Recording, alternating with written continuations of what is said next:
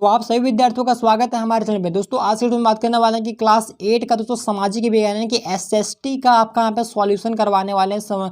यहाँ पे सेट 1 ठीक है, यानी कि मॉडल प्रश्न पत्र का सेट 1 है दोस्तों, एसएसटी है ठीक है, यानी कि सोशल साइंस का आपका यहाँ पे जो करवाने वाले हैं। तो देखिए ये क्लास 8 के लिए ठीक है, यानी कि सिपाही विद्रोह कब हुआ था, पहला प्रश्न देखेंगे सिपाही विद्रोह कब हुआ था। दोस्तों इससे पहले मैंने विज्ञान, हिंदी, इंग्लिश यानी कि ऑल सब्जेक्ट का आपका जो सॉल्यूशन मतलब कि मैंने करवा दिया है। तो आप लोग डिस्क्रिप्शन में लिंक मिलेगा, आप वहाँ पे सभी जाके मतलब इसको देख सकते हैं, कर सकते हैं। और चैनल पे ऑलरेडी वीडियो पड़ा हुआ है तो आप लोग वीडियो भी देख लीजिएगा ठीक है जाके।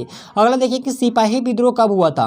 तो सिपाही विद्रोह जो हुआ था दोस्तों वो हुआ था 1857 ईस्वी में ठीक है। कब हुआ था? 1857 ईस्वी, यानी कि पहला आपका सही हो जाएगा। अगला प्रश्न देखिए कि नीलांबर पीतांबर कहाँ के दो महान स्वतंत्रता सेनानी थे। तो नीलांबर और पीतांबर जो थे दोस्तों वो कहाँ के मतलब कि एक महान स्वतंत्रता सेनानी थे। तो वो थे पलामू के थे ठीक है। कहाँ के थे? पलामू, यानी कि ऑप्शन नंबर 3 से हो जाएगा पलामू।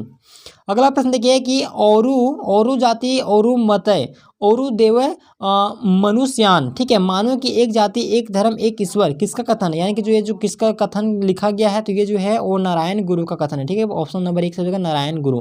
नारायण गुरु का ही कहना था कि औरु जाति औरु मतय औरु देव मनुष्यान, ये जो है इसका मतलब होता है कि मानो एक जाति है, एक धर्म है, एक ईश्वर है। यह कथन जो है वो गुरु नारायण का कथन है ठीक है। अगला प्रश्न देखिए कि महान दलित नेता डॉक्टर भीमराव अंबेडकर का जन्म कहाँ हुआ था ठीक है। इनके महान जो दलित नेता थे यानी कि भीमराव अंबेडकर किसके मतलब ज़्यादातर वो दलितों के लिए मतलब कि कामकाज करते थे ठीक है, यानी कि दलितों के हित के रक्षा के लिए, उनकी सुरक्षा के लिए मतलब हमेशा तत्पर रहते थे।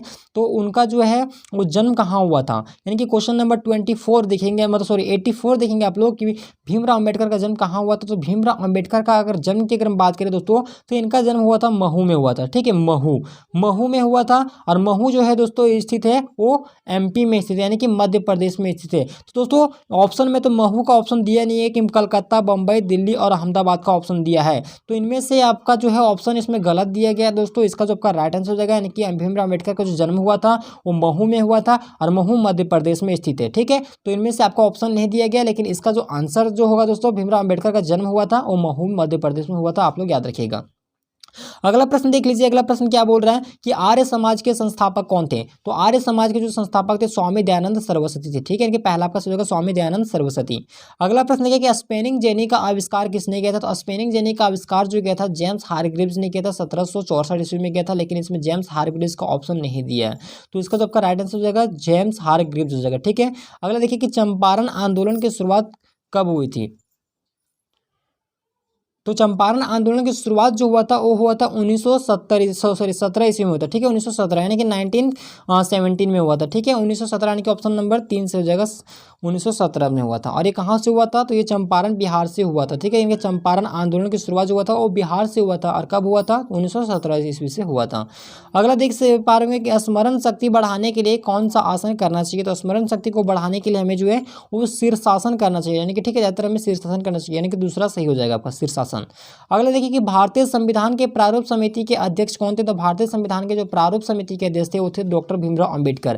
तो भारतीय संविधान के प्रारूप समिति पूछ रहा है तो इसका हो जाएगा डॉक्टर भीमराव अंबेडकर। अगर यही पूछता है कि भारतीय संविधान के जो थे वो अध्यक्ष कौन थे तो इसके अध्यक्ष डॉक्टर राजेंद्र प्रसाद ठीक है। तो अगर प्रारूप समिति पूछे तो डॉक्टर भीमराव अंबेडकर थे ठीक है। अगला देखेंगे कि भारत की कुल भूमि का लगभग कितना प्रतिशत भाग कृषि योग्य है। तो भारत का जो है वो कुल लगभग कितना प्रतिशत भाग कृषि योग्य है, 51% है ठीक है, 51%। तो इनमें से जो हो जाएगा आपका लगभग 50 हो जाएगा ठीक है, इनके 50 के आसपास। तो आपका ऑप्शन नंबर 1 से हो जाएगा ठीक है 50। अगर देखिए कि चावल का सबसे बड़ा उत्पादक देश कौन सा है। तो चावल का अगर सबसे बड़ा उत्पादक देश की बात करें तो उत्पादक देश है चीन है ठीक है, यानी कि चावल उत्पादक में सबसे बड़ा देश है चीन है। और अगर राज्य की पास बात पूछे, अगर भारत में अगर पूछे तो पश्चिम बंगाल है ठीक है, यानी कि पश्चिम बंगाल। तो पश्चिम बंगाल भारत में जो चावल उत्पादक में सर्वप्रथम है। और अगर देश की बात करें तो देश में चीन है ठीक है, याद रखिएगा आप लोग। अगर देखेंगे कि काला सोना किसे कहा जाता है। तो काला सोना दोस्तों कोयला को कहते हैं ठीक है। काला सोना किसे कहते हैं? कोयला को कहा जाता है काला सोना। अगला प्रश्न देखेंगे कि संविधान के अनुसार कितने वर्ष से कम उम्र के बच्चों से बाल मजदूरी कराना दंडनीय अपराध है।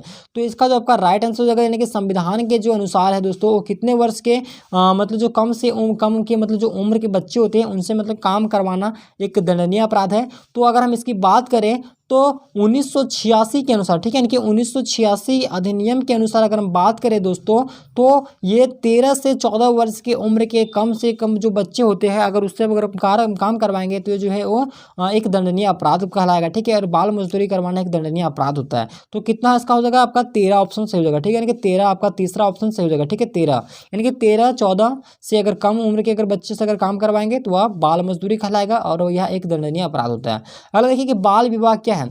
तो बाल विवाह जो है एक सामाजिक अभिशाप है, ठीक है। बाल विवाह क्या है, एक सामाजिक अभिशाप, यानी कि दूसरा सही हो जाएगा। अगर देखिए भारत में मतदान की न्यूनतम आयु क्या है, तो भारत में जो मतदान यानी कि वोट देने का जो अधिकार होता है वो 18 वर्ष से होता है, ठीक है, यानी कि 18 वर्ष, ठीक है। ऑप्शन नंबर 3 से हो जाएगा। अगला देखिए कि मेक इन इंडिया वाक्यांश का अर्थ क्या है। तो मेक इन इंडिया का जो वाक्यांश का जो अर्थ है वो है कि भारत में बना हुआ है, ठीक है, भारत में बना हुआ। अगला देखिए कि झारखंड के राज्यपाल कौन है। तो झारखंड के जो राज्यपाल है वर्तमान समय में वो है द्रौपदी मुर्मू, ठीक है, ऑप्शन नंबर 2 से हो जाएगा, द्रौपदी मुर्मू। अगला देखेंगे कि कोरोना वायरस के पहले मामले की पहचान कहाँ हुई थी। तो कोरोना वायरस जो हुआ था वो वुहान शहर, ठीक है, यानी कि चीन के वुहान शहर से जो है कोरोना वायरस की पहचान की गई थी, यानी कि ऑप्शन नंबर 3 से हो जाएगा वुहान। अगला प्रश्न देख पा रहे हो यहाँ पे कि विश्व जनसंख्या दिवस कब मनाया था। तो विश्व जनसंख्या दिवस जो मनाया था वो 11 जुलाई को मनाया था। कब मनाया था, 11 जुलाई को, प्रत्येक वर्ष यानी कि 11 जुलाई को विश्व जनसंख्या दिवस मनाया था। अगला देखेंगे मानव कैसा प्राणी है। तो मानव जो है एक सामाजिक प्राणी है, ठीक है, ऑप्शन नंबर 1 से हो जाएगा सामाजिक। तो दोस्तों हमने यहाँ पे आपका जो है पूरा सिलेबस, पूरा आपका यहाँ पे जो मॉडल प्रश्न पत्र पाँचों का पाँचों आपको मतलब मैंने कंप्लीट करवा दिया है। तो आप लोग से यही उम्मीद है कि आप लोग चैनल को सब्सक्राइब और वीडियो को जरूर से लाइक कीजिएगा। और दोस्तों हमारे चैनल पे जुड़े रहने के लिए आपका बहुत बहुत धन्यवाद।